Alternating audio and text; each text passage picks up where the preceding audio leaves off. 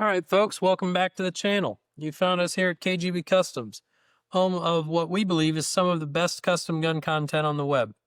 We share these custom guns in hopes of sharing some knowledge and to catalog some of the great pieces that come through our shop. Thanks for joining us. If you guys haven't already, we'd like to invite you to subscribe to the channel. And if you really like the stuff we present here, jump down to the link in the description and sign up for our email list. We don't spam you. We're not selling your information. We just share shop news and get you first look at these cool things that come in here. Today we've got a modern one from a longtime gunsmith. It's not super modern. This gun was built in the early 90s, but that's pretty modern when we're talking about a gunsmith who started working in the 50s.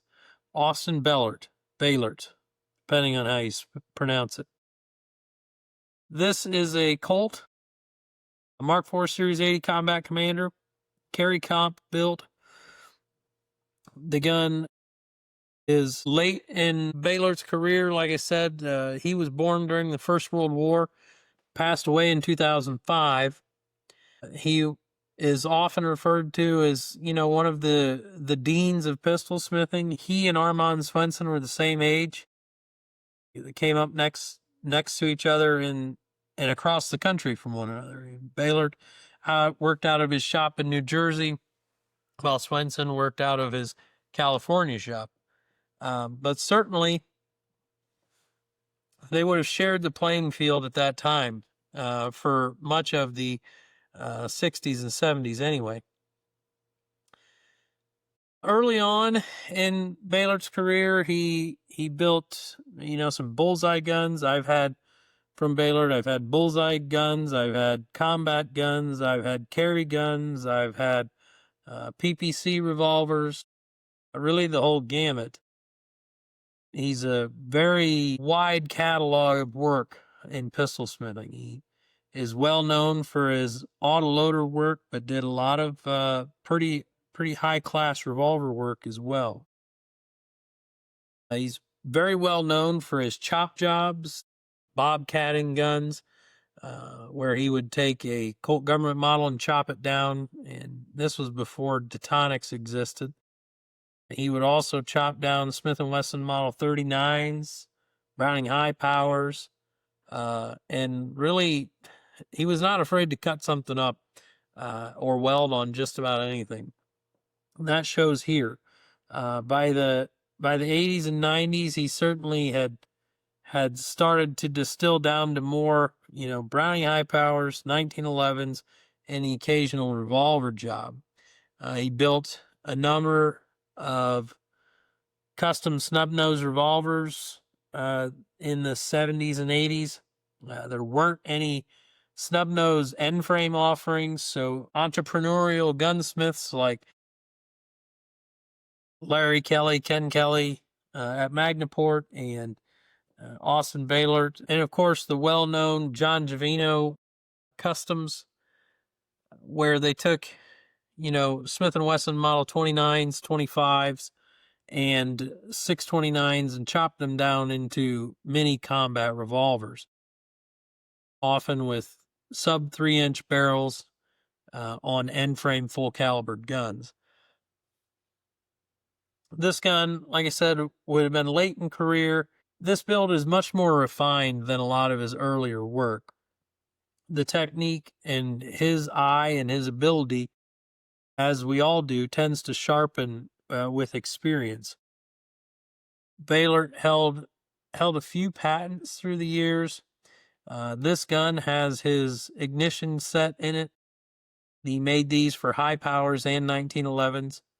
You'll notice that's got a cammed, dished out portion there at the lower portion of the hammer.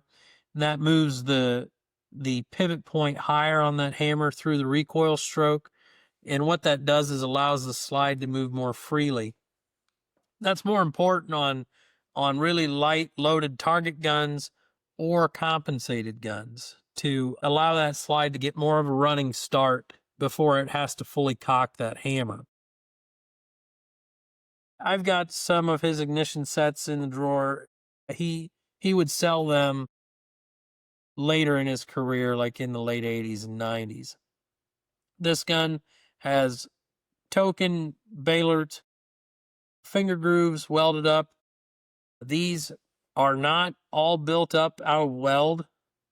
In my opinion, if you look inside the gun, there are 2 peg holes drilled through the front strap.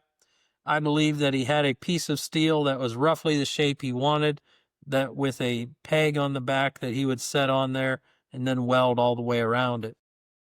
Seamless weld work, really nicely done. And then, of course, he would stipple in there for texture.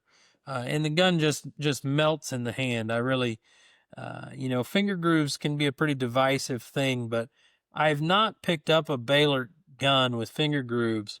And some of them would just have 1 finger groove and then checkering or stippling below, and some would have a full set of finger grooves like this.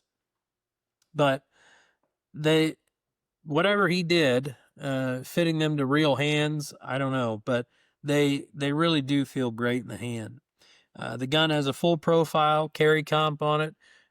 So I call it a carry comp because the finished size of this gun is standard 1911 size. This gun fits in a government model holster with the compensator. So even though it was a commander and was shortened slightly to fit the compensator, the whole gun fits in a government model holster without any major headaches on getting a holster. So we've got a wide flat top here, large single port on the compensator, dovetailed Novak front and rear sight. These sights have had tritium added to them sometime, probably in the last 10 or 15 years, because they still glow. But that would have been work that happened after Behlert. The compensator is nicely marked Behlert Precision right there. You see the lowered and flared ejection port. The barrel is also marked Behlert 45 ACP. I don't know if those were something he had made up special, or if it was just a Barstow perhaps that he had made without a marking. He certainly had enough pull in the industry. He could have called Irv at Barstow and requested blank barrels and had them marked. But I know he used a number of Barstow barrels through the year. The gun is fully finished in hard chrome, front to back. Even the things like the hammer and the full-length guide rod are hard chromed. The barrel is hard chromed. We see here this is a cone compensator. We've got a custom full-length guide rod set up with an extended recoil plug there. That's a custom part that helps support the compensator as the recoil stroke starts. So it fits snugly in the bottom hole of the compensator. Really well thought out and well built stuff. The gun is nice and tight and smooth. We've got ambidextrous safeties. Likely, given that time, probably a brown part. Looks like probably a Wilson grip safety. Could be a reshaped Smith & Alexander. We've got an arch checkered mainspring housing. Likely the original mainspring housing to the gun that he checkered. Nicely beveled magazine well. Really, really good 80 series trigger job on this. So 80 series parts are intact. Nice trigger. Just a gun that honestly would be so cool to carry even today.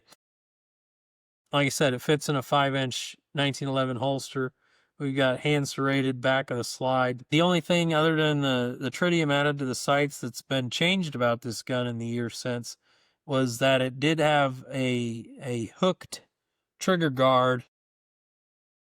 So there would have been a little finger hook there for your offhand pointer finger to kind of pull down on the muzzle under recoil. And that was nicely removed, likely to fit in a standard holster.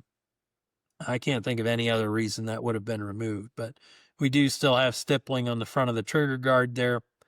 And overall, just a really nice build from a period of time when Austin was building his best stuff. He had a number of guys he trained in his shop. including, Jim Milk, George Smith, Bruce Gray worked with him for a while, Pete Carver, Matt McClure, his son-in-law, Art Leckie, who went on to carry on the mantle, so to speak. He worked for Austin for a number of years and then had his own shop for a number of years. But these guns were all hand-built and, just classy gunsmithing, classic gunsmithing. And Austin never really built, I shouldn't say never. He wasn't really known for his flashy builds, but there are some fancy engraved ones out there. Largely, those were presentation or show pieces. But he was a functional mechanic and a creative guy. He had creative ideas on how to build these guns and how to modify parts, and a guy who certainly deserves the recognition he's earned for what was basically a 60-plus year career. He built guns right up until he passed away, pretty much so, or worked on them. He was also active in his later years, just a couple years before he died, on the Pistol Smith forum. And it was interesting to read some of those old posts and how, he came into the modern age, so to speak. He was there with rocks building guns back in the 50s, back before we had fancy milling machines and carbide tooling and TIG welders in every shop. And, you had a guy you could call to get laser welding done and this and that. And, building masterpieces back then was a lot harder than it is today. It's just great to see these pieces from those guys who came up through all of that. And I hope you guys enjoyed it. This is a very interesting piece and a very well built gun from the pinnacle of Behlert's career. Thanks.